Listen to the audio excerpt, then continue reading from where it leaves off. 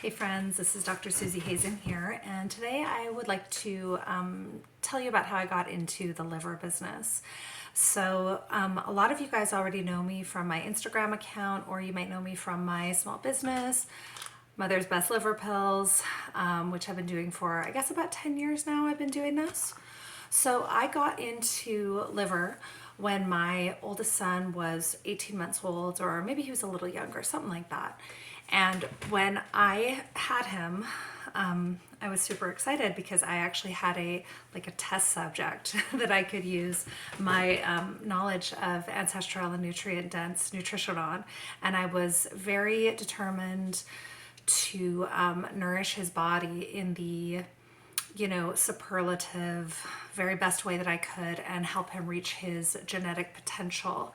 And so that's something that is, I think a lot of moms already know about this.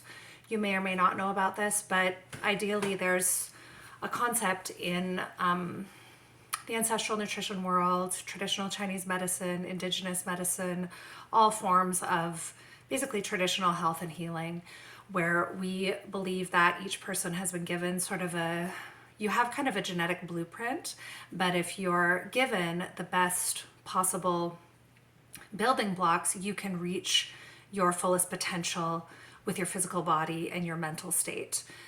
If you're given substandard building materials, you're still going to be who you were meant to be genetically, but you may not have as strong, as healthy of a body, as nice of hair, as good of skin, as strong of intelligence. So I think that's something that we could all kind of see around us in the world today, and perhaps even like for myself personally, I am an example of this. I would consider myself to be quite genetically gifted. My mom was raised on really top quality farm fresh food from very good soil in southern Alberta. She's a third generation pioneer there, so pretty fresh ground.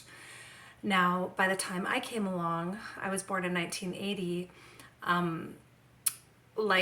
we were not eating farm food. I was being raised in a suburb, and I'm extremely grateful to my mom and my dad because they did actually cook food for us. It was not just like processed food or anything like that. This was the 80s, so a lot of the processed foods that are around now were actually very new then, or just not really common or widely available. So we definitely ate a decent diet, but there was a lot of things that were nutritionally lacking, like the fat soluble vitamins, seasonal food, organic, full fat dairy. For example, we had skim milk, and it's just not really a very palatable food product. So in my case, I think I grew up okay, but I've had a variety of functional health issues my whole life, and there's a variety of reasons for that. But one of the reasons definitely is that I did have a substandard nutritional environment. So, anyways, with my son, I was like really gung ho, and I was just like, I'm gonna really give this all I've got, and I have given it all I've got. Although I will say, now that he's 10 and my younger son is 7, you know, there's a bit of fatigue that sets in, and I think all moms could relate to this. So the level of nutritional performance I was at when he was a baby, I'm not in any way at that level anymore. I'm still good, but let's just say things are by nature, they have to be a little bit more relaxed. Anyways, when he was a baby, I kept hearing this little voice in my head telling me, you need liver, you need liver. And it was like, to me, that was the voice of God. And I've heard that before. And I think I don't know if it's something from the Bible or something where it says the voice of God is still and quiet, or maybe that's not in the Bible. Maybe that's just something that we all know. Let's just say it was not a loud voice. It was a very quiet, subtle message, but it was persistent.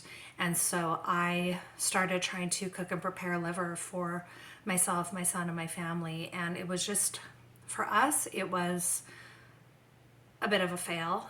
My husband actually likes it, but my son and I just we could not get on board. And it was really bothering me because the voice was not going away. It was persistent. So, anyways, at that time in my life, I was a stay-at-home mom. I was not able to go back to the job that I was at previous to having a child because the job didn't make enough money to pay for childcare, and also, try getting childcare for a baby. I mean, it's just far from ideal. So I was not going back to my job. I had a lot of spare time, as much spare time as you have when you have a demanding young baby. So I went online and looked up a recipe for how to make liver pills, and I just started doing that, and myself and my son both loved them. And for myself, I had a really, really powerful physical reaction to the liver pills. I felt like I actually became fully incarnated for the first time. I had always been kind of spacey and sort of like just suffered from a lot of brain fog, and I wouldn't say ADD exactly, but just like, let's just say things that were easy for other people were hard for me. I did put up, I mean, I've always put up a good front that I'm normal, but once I started imbibing the liver and having the liver nourish my body on such a deep level, it was like I just came down to earth, and it was like revelatory for me. And there might have been an additional factor, which was that I had a life-saving but traumatizing C-section for his birth. Obviously lost a lot of blood and went through a surgical process. And then also I had abused my body with eating disorders and vegetarianism and veganism, which I personally consider for myself, and I'm not going to judge this for other people, but for myself, that was a form of an eating disorder for me. So my body was very eager to get the nourishment of liver, which contains things that really no other food contains. For example, all of the B vitamins. There is no other food except for animal livers that contains all of them. And the vitamin A and the vitamin D combined with the copper and the B vitamins, it's just like this absolute nutritional powerhouse, like nature's ultimate multivitamin. So it was really neat because when I started making them, I just had friends that started asking like, oh wow, could you make some extra and I could buy them from you? I think one of my first friends that asked me was my really close friend Amber, who I think a lot of you guys know from the Mythic Medicine podcast. She's just always been an amazing cheerleader for me. So it just kind of snowballed really naturally. And there were a lot of challenges that I faced with starting this business and becoming a business owner and someone that has employees and someone that does a certain amount of marketing and sales. So there were a lot of challenges, but I was capable of meeting those challenges. I was always willing to push myself and go through it and keep going just because I'm so passionate about this product, both for myself and also for what I've been able to offer for other women and moms. So it's just, I don't know, it's just kind of cool when you care about something so much and then you're also receiving this positive reinforcement that people want it and they're interested in it. It's like, honestly, the sky's the limit. So yeah, that's my little story of how I got into the liver industry. Thank you so much for being here, and I will see you guys next time. Bye.